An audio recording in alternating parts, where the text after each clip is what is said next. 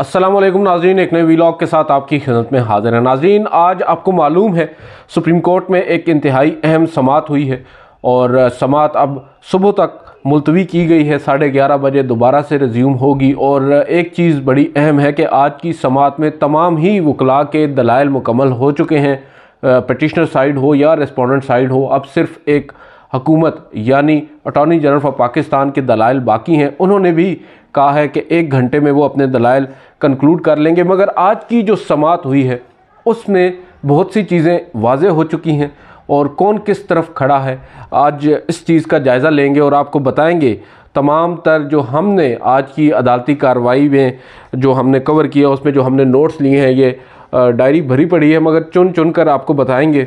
कुछ हम भी पिक एंड चूज़ करेंगे कि कौन सी आपके साथ बात शेयर करनी है ऑन अ लाइटर साइड। अच्छा, इसमें आज सबसे पहले तो हम जो समाअत का आगाज़ हुआ है, मैं अपनी गुज़िश्ता वीडियो में आपको माहौल के हवाले से तो बता ही चुका हूँ। जो मेरिट्स के ऊपर दलाइल हुए हैं उस पर बात नहीं हो सकी थी। और आज की जो समाअत हुई है 11:30 बजे आगाज़ हुआ और फैसल सिद्दीकी साहब हैं MQM के वकील, उन्होंने अपने आर्ग्यूमेंट्स दिए हैं। और समाअत के आगाज़ पर ही जो जजेस के दरमियान एक तलखी हुई वो हम आपको बता चुके हैं। किस तरह जस्टिस काजी फ़ायज़ ईसा ने एज अ मॉनिटर आज फिर जजेस को ये बताने की कोशिश की कि उन्होंने क्या करना है। गो कि ये एक इंतहाई गैर माकूल, आप कह सकते हैं कि माकूल प्रैक्टिस नहीं है। बहरहाल उन्होंने पहले जस्टिस आयशा मलिक और जस्टिस इजाज़ुल हसन के सवाल करने पर तमाम जजेस को सवाल करने से रोका। जस्टिस मुनीब अख्तर हस्ब मामूल सवाल करते रहे और उस पर फिर उनकी और जस्टिस काजी फ़ायज़ ईसा के दरमियान एक, आप कह सकते हैं कि हल्की फुल्की नोक झोंक हुई। और उस पर जस्टिस मुनीब अख्तर ने आज बाकायदा तौर पर काजी फ़ायज़ ईसा साहब को बताया कि मैं एक सुप्रीम कोर्ट का जज हूँ और सवाल करना मेरा हक़ है, मेरा इस्तेहक़ाक़ है, आप बार बार मुझे टोक नहीं सकते। और उसके बाद भी फिर ये सिलसिला आगे बढ़ता रहा, वो आपको बताएंगे। सवालात की तरफ आते हैं। आज मुख्तलिफ़ जो आर्ग्यूमेंट्स थे उसमें एक तो फैसल सिद्दीकी साहब ने हवाला दिया जस्टिस आयशा मलिक के हाई कोर्ट के एक फ़ैसले का। उस पर जो वकील साहब हैं उन्होंने बताया कि वो फ़ैसला इस वक्त हाई कोर्ट का जो फ़ैसला है वो सुप्रीम कोर्ट में चैलेंज भी है। उस पर जस्टिस आयशा मलिक साहिबा का जवाब जो है वो बड़ा दिलचस्प था। उन्होंने कहा कि आप जिस फ़ैसले का बेसिकली ये जो फ़ैसले का हवाला दिया गया था, ये फ़ैसला इसमें जो नैरेटिव आज या जो पॉइंट ऑफ व्यू आज जस्टिस आयशा मलिक का है इस केस के अंदर, वो ये बताने की कोशिश कर रहे थे कि माजी में उनका पॉइंट ऑफ व्यू बिल्कुल ही फ़र्क था, मुख्तलिफ था। तो उस पर जस्टिस आयशा मलिक ने कहा कि वो बात एक ऑर्डर के ख़िलाफ़ अपील का हक़ देने से मुतल्लिक थी जो हाई कोर्ट का फ़ैसला है। मगर यहाँ पर जो सुप्रीम कोर्ट है उसके ही फ़ैसले के ख़िलाफ़ अपील का हक़ देने का मसला है, बात हो रही है। तो इस केस का उसके साथ कोई ताल्लुक़ नहीं बनता। जस्टिस इजाज़ुल हसन की जानिब से आज ये ऑब्ज़र्वेशन दी गई कि अपील का हक़ आइनी तरमीम से ही दिया जा सकता है, जिस पर वकील ने कहा कि अगर ये अपील गैर आइनी है तो लॉ रिफॉर्म्स में जो दी गई अपील है वो भी गैर आइनी है। उस पर जस्टिस इजाज़ुल हसन का जवाब बड़ा दिलचस्प था। उन्होंने कहा कि वो वाला मामला हमारे सामने नहीं है, दो गलत मिलकर दुरुस्त नहीं बना देते। एक चीज़ जो आइन में ना हो उसको कानून साजी से बना देना, ये कोई इसको आप नहीं कह सकते कि वो ठीक है। और जस्टिस मुसर्रत लाली ने आज फिर एक सवाल पूछा। उन्होंने कहा कि आइन का आर्टिकल 191 जो है उसकी लैंग्वेज सब्जेक्ट टू लॉ से शुरू होती है। क्या इन अल्फाज से प्रोसीजर में बेहतरी की गुंजाइश छोड़ी गई है? फिर उन्होंने एक ऑब्ज़र्वेशन दी, जिस ऑब्ज़र्वेशन पर आज हमने देखा कि जस्टिस काजी फ़ायज़ ईसा और जस्टिस मंसूर अली शाह बड़े खिलखिला कर हंसे। उन्होंने जो ऑब्ज़र्वेशन दी आप भी मुलाहिज़ा फरमाएं। उन्होंने कहा कि 184(3) जो है आइन का आर्टिकल 184(3) जब भी इस्तेमाल हुआ है उसने मुल्क की बुनियादें हिलाकर रख दी हैं। उस पर जजेस भी एक दफ़ा हैरान हुए कि किस तरह की ऑब्ज़र्वेशन जज साहिबान की जानिब से दी गई है। गो कि बड़ी पर्टिनेंट ऑब्ज़र्वेशन थी और दुरुस्त भी थी। जस्टिस काजी फ़ायज़ ईसा साहब की जानिब से दौरान समाअत ये कहा गया कि क्या सुप्रीम कोर्ट का बेंच भी रूल्स का पाबंद है? इंतज़ामी तौर पर बनाए गए रूल्स जुडिशल इख्तियार इस्तेमाल करते हुए भी क्या बाइंडिंग है? अब इसका एक बैकग्राउंड है। आपको याद होगा कुछ माह कबल जब चीफ जस्टिस थे जस्टिस उमर अता बंदयाल, उस वक्त जस्टिस काजी फ़ाइज़ ईसा एक बेंच को हेड कर रहे थे और उस बेंच में उन्होंने 184(3) 184(3) के जितने भी मुकदमात हैं उन पर समाअत से रोकने का हुक्म दिया था अदालत को। तमाम जो अदालतें हैं उनको हुक्म दे दिया कि 184(3) के केसेस पर समाअत ना की जाए जब तक जो सुप्रीम कोर्ट के 1980 के रूल्स हैं उनको अमेंड नहीं कर लिया जाता। तो अब ये उस कॉन्टेक्स्ट में जस्टिस काजी फ़ाइज़ ईसा बात कर रहे हैं और चोट करा रहे हैं जस्टिस बंदयाल साहब को, तो अब शायद आपको समझने में आसानी है। वो ये कह रहे हैं कि क्या सुप्रीम कोर्ट का बेंच भी रूल्स का पाबंद है? इंतज़ामी तौर पर बनाए गए रूल्स जुडिशल इख्तियार इस्तेमाल करते हुए भी बाइंडिंग है। कोई बेंच रूल्स को गैर आइनी करार दे सकता है या नहीं? फिर उन्होंने कहा कि क्या 1980 के रूल्स से मुतालिक ऑर्डर दे सकता है बेंच? अगर पार्लियामेंट भी नहीं कर सकती, बेंच भी नहीं कर सकता, तो फिर सारा इख्तियार एक शख्स के पास रह जाता है और वो है चीफ जस्टिस ऑफ पाकिस्तान। इस पर वकील साहब ने कहा कि रूल्स की जो अभी वकील साहब का जवाब नहीं आया था, वकील साहब दीगर इश्यूज़ को एड्रेस कर रहे थे और शायद गुरेज़ा थे इस सवाल का जवाब देने पर। तो जस्टिस काजी फ़ाइज़ ईसा ने उनसे कहा कि आप घबरा क्यों रहे हैं, मैं अपनी बात कर रहा हूँ, आप खुलकर बात करें, अगर हम कर सकते हैं तो भी बताएं, अगर हम नहीं कर सकते तो भी बताएं। उस पर वकील ने कहा कि रूल्स की जो आइनी हैसियत है उस पर बेंच ऑर्डर दे सकता है। और ये जो एक ऑब्जर्वेशन आई है आज उसकी जानिब से, वकील की जानिब से, उसके बाद मैं पर्टिकुलरली देख रहा था जस्टिस इजाज़ुल एहसन को और जस्टिस मुनीब अख्तर को, और मुझे ये शक था या अंदाज़ा था कि शायद इन दोनों फाजिल जजेस में से कोई एक, बिलखसूस जस्टिस इजाज़ुल एहसन, इस ऑब्जर्वेशन पर जो जस्टिस काजी फ़ाइज़ ईसा की जानिब से पुट की गई है उसके जवाब में कोई बात ज़रूर कहेंगे। मगर हैरानकुन तौर पर उन्होंने ये बात नहीं की और इस बात पर उन्होंने अपनी कोई राय भी नहीं दी। इसकी एक वजह मैं आपको बता देता हूँ कि जस्टिस इजाज़ुल एहसन साहब वो जज हैं और ये जस्टिस इजाज़ुल एहसन साहब का ही बेंच था, 6 रुकनी लार्जर बेंच, जिसको जस्टिस इजाज़ हेड कर रहे थे। और उस बेंच ने जस्टिस काजी फ़ाइज़ ईसा के इसी फैसले का, जिसका हवाला जस्टिस काजी फ़ाइज़ ईसा दे रहे हैं, उस फैसले को रिकॉल कर लिया था। 3 मिनट की मुख्तसर समाअत हुई थी और 3 मिनट की समाअत में ही जस्टिस काजी फ़ाइज़ ईसा के उस फैसले को रिकॉल कर लिया था, यानी फ़ैसला वापस हो गया था। उस पर जस्टिस काजी फ़ाइज़ ईसा ने आज भी शायद वो बात दिल में रखी और इसी वजह से उन्होंने ये सवाल पूछा कि उस वक्त क्या जो उनकी जानिब से ऑर्डर दिया गया था वो दुरुस्त था या गलत था।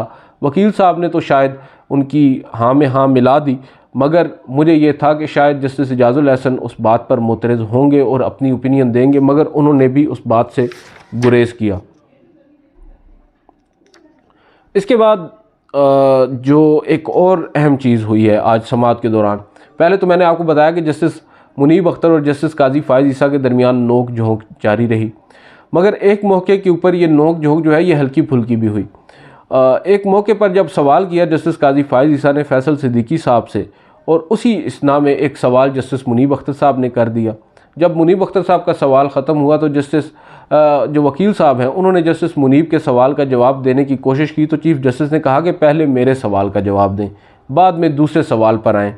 मैंने आज सबसे कम सवाल पूछे हैं, मास्टर ऑफ द रोस्टर को इतना इख्तियार तो दें। और ये बात उन्होंने खैर हल्के फुल्के अंदाज में कही। उस पर जो जस्टिस मुनीब अख्तर हैं उन्होंने भी कहा कि आप पहले साहब के सवाल का जवाब दे दें, फिर मेरे सवाल का जवाब दे दीजिएगा। उसके बाद जहाँ तक बात है जस्टिस मज़ाहिर अली अकबर नकवी की, उन्होंने एक बड़ी दिलचस्प बात की। उस वक़्त ज़ेर बहस था मामला 3 रुकनी कमेटी का, जो कि supreme court practice and procedure act के अंदर बनाई गई है। 3 रुकनी कमेटी ये डिसाइड करेगी चीफ जस्टिस और 2 सीनियर जजेस पर मुश्तमिल के कौन सा 184(3) का मुकदमा समाअत के लिए मुकर्रर करना है और किस बेंच के सामने। उस पर उन्होंने कहा, वकील साहब, जो टीम होती है उसके 3 कप्तान नहीं होते, जिसके 3 कप्तान होते हैं वो टीम कभी जीतती नहीं है, कप्तान एक ही अच्छा होता है।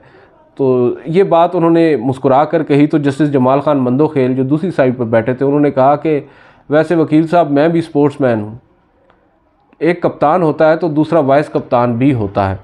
बहरहाल ये बात हुई। उसके बाद एक जो सबसे मुझे लगा एक सवाल जो मेरे लिए बड़ा इंट्रीगिंग था, बड़ा इम्पोर्टेंट सवाल था और बड़ा इंटरेस्टिंग था, ये सवाल जस्टिस शाहिद वहीद की जानिब से उठाया गया। उन्होंने कहा कि आइन का जो आर्टिकल 191 है उसके तहत फुल कोर्ट मीटिंग कौन बुला सकता है। तो ये एक ऐसा सवाल पूछा आज जस्टिस शाहिद वहीद ने, जिसका जवाब मुझे नज़र आया, जो वकील फैसल सिद्दीकी हैं उन्होंने तो तस्लीम किया कि इस सवाल का जवाब मेरे पास नहीं है। हैरान कुन तौर पर 15 जजेस की उस अदालत में किसी एक जज ने भी इस सवाल का जवाब नहीं दिया, किसी के पास ये जवाब नहीं था। और उन्होंने कहा कि फुल कोर्ट मीटिंग कौन बुला सकता है, ये तो बताएं, आइन क्या कहता है। तो वकील साहब ने कहा कि चीफ़ जस्टिस ही बुलाता है। उन्होंने कहा कहाँ लिखा है, तो उन्होंने कहा कि ये एक रिवायत है। फिर उन्होंने कहा, जो जस्टिस शाहिद वहीद हैं, कि क्या दूसरे जजेस, अब एक शख्स जैसा कि chief justice of Pakistan justice Qazi Faez Isa की जानिब से ये कहा गया कि मैं एक मुत्तक़-उन-अनान की हैसियत से ना रूल्स में तरमीम करता हूँ, ना ही बेंचेस अपनी आपकी मर्ज़ी से बल्कि अपनी मर्ज़ी से बनाता हूँ, और किसी एक फ़रीक को मैं निशाना बना लेता हूँ, तो मेरे ख़िलाफ़ आपके पास क्या रेमेडी होगी, आप मेरा कुछ नहीं कर सकते। तो ये जवाब था जस्टिस शाहिद वहीद का। उन्होंने कहा कि फिर यहाँ दूसरे जजेस जो हैं, जो मोतरज़ हैं, या जस्टिस काजी फ़ाइज़ ईसा या चीफ़ जस्टिस अगर जजेस की बात नहीं मान रहे, तो तमाम जजेस मुत्तफ़िका तौर पर मीटिंग भी बुला सकते हैं और मीटिंग बुलाकर रूल्स को तब्दील कर सकते हैं। तो उन्होंने बड़ी सादा सी अल्फाज में जस्टिस काजी फ़ाइज़ ईसा के उस तमाम तर आर्ग्यूमेंट को मैं ये समझता हूँ कि एक तरह से एड्रेस किया है, कि जो वो बार बार सवाल कर रहे थे, अगर मैं ये कहूँ, अगर मैं वो कहूँ कि बेंच मैं अपनी मर्ज़ी से बनाऊंगा और मैं किसी की नहीं सुनूंगा, तो उसका जवाब उन्होंने बड़ा खूबसूरत अंदाज में दिया है कि कहीं भी नहीं लिखा कि चीफ़ जस्टिस ने फुल कोर्ट मीटिंग बुला ली है। अगर जजेस बाकी भी चाहें तो फुल कोर्ट मीटिंग बुला सकते हैं और अपनी मर्ज़ी से रूल्स को अमेंड कर सकते हैं। जो वकील हैं फैसल सिद्दीकी साहब, उन्होंने कहा कि पार्लिमान को कानून बनाने का इख्तियार है, मगर आज़ादी जो है अदलिया की, उसके ख़िलाफ़ रूल्स अदालत सुप्रीम पार्लियामेंट नहीं बना सकती। बेसिकली उनका जो आर्ग्यूमेंट है वो ये कह रहे हैं कि पार्लिमान बेशक supreme court practice and procedure act बना सकती है, क्योंकि इससे उनकी नज़र में जो सुप्रीम कोर्ट है वो मज़ीद स्ट्रेंथन हो रही है और उसकी आज़ादी सलब नहीं हो रही है। और अगर पार्लिमान ऐसी कानून साजी बनाती है जिससे सुप्रीम कोर्ट की आज़ादी सलब होती है या मुतासर होती है, वो इस तरह का कानून फिर नहीं बना सकती।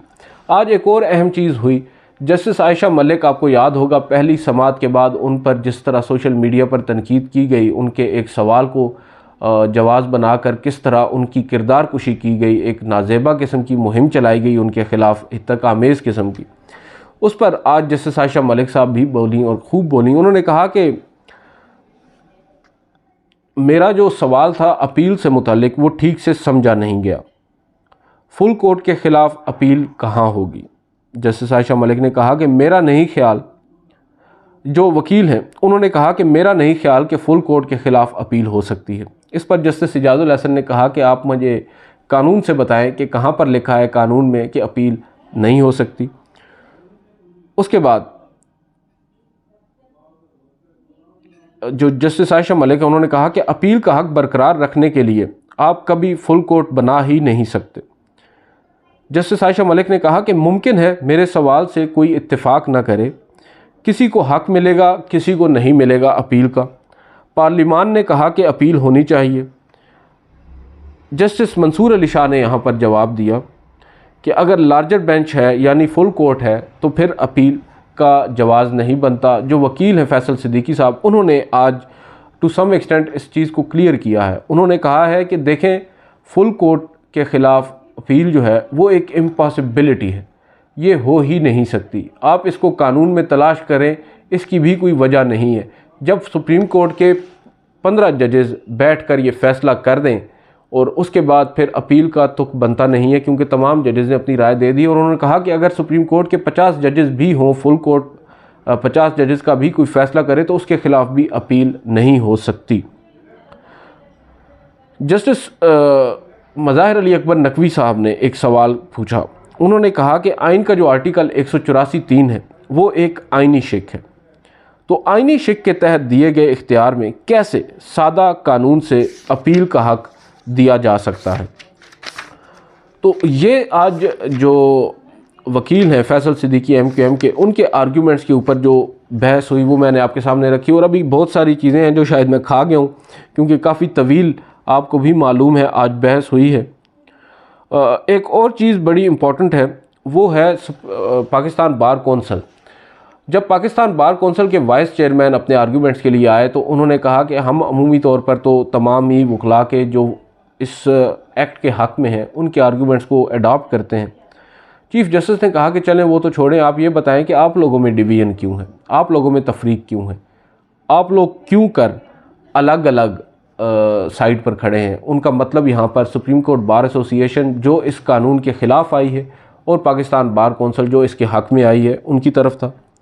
तो उस पर जस्टिस इजाज़ुल हसन ने बड़ी दिलचस्प बात की। उन्होंने कहा कि देखें, रीज़नेबल माइंड्स कैन डिफ़र। जो रीज़नेबल माइंड्स होते हैं वो इख्तिलाफ़ करते हैं।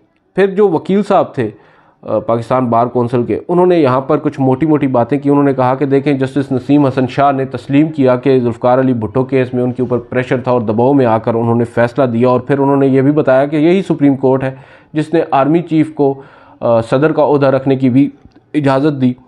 उन्होंने कहा कि आज़ाद अदलिया हो मगर आइन और कानून के ताबे हो। आखिर में अटॉर्नी जनरल फॉर पाकिस्तान आए रोस्टम पर, उन्होंने अदालत से कहा कि वो तकरीबन पहले जो आधा घंटा है वो अदालती सवालात को एड्रेस करेंगे और उसके बाद आधा घंटा अपने आर्गूमेंट देंगे। तो उस पर हल्के फुल्के अंदाज में जस्टिस आयशा मलिक ने कहा कि क्या आप हमें रेगुलेट करने की कोशिश कर रहे हैं। उस पर जस्टिस इजाज़ुल हसन ने कहा कि ये तो आजकल रिवायत चल पड़ी है कि हर कोई अब सुप्रीम कोर्ट को रेगुलेट करेगा। उस पर जो वकील साहब थे उन्होंने कहा कि देखिए, मैं 1 घंटे में कोशिश करूंगा कंक्लूड करने की। तो जस्टिस आयशा मलिक ने कहा कि who will leave you to conclude with your arguments in 1 hour. आपको 1 घंटे में अपने आर्ग्यूमेंट्स कंक्लूड करने की इजाज़त कौन देगा। उनका मतलब आज की अदालती समाअत में जो जजेस की जानिब से बेपनाह किस्म के सवालात किए गए उन सवालात की तरफ था। उन्होंने कहा कि देखते हैं आप कल 1 घंटे में कंक्लूड करते हैं या नहीं। अब कल 11:30 बजे दोबारा समाअत होगी। अटॉर्नी जनरल ही हैं आखिरी वकील, वो अपने आर्गूमेंट्स देंगे। 1 नहीं तो 2 घंटे में मुकम्मल हो जाएंगे। कल उम्मीद है कि समाअत मुकम्मल हो जाएगी और अदालत कुछ देर के लिए फ़ैसला महफूज करके ऐन मुमकिन है कल ही एक शॉर्ट जजमेंट, शॉर्ट ऑर्डर सुना दे। आज की इस वीडियो से इतना ही। इजाज़त दीजिए। अल्लाह हाफ़िज़।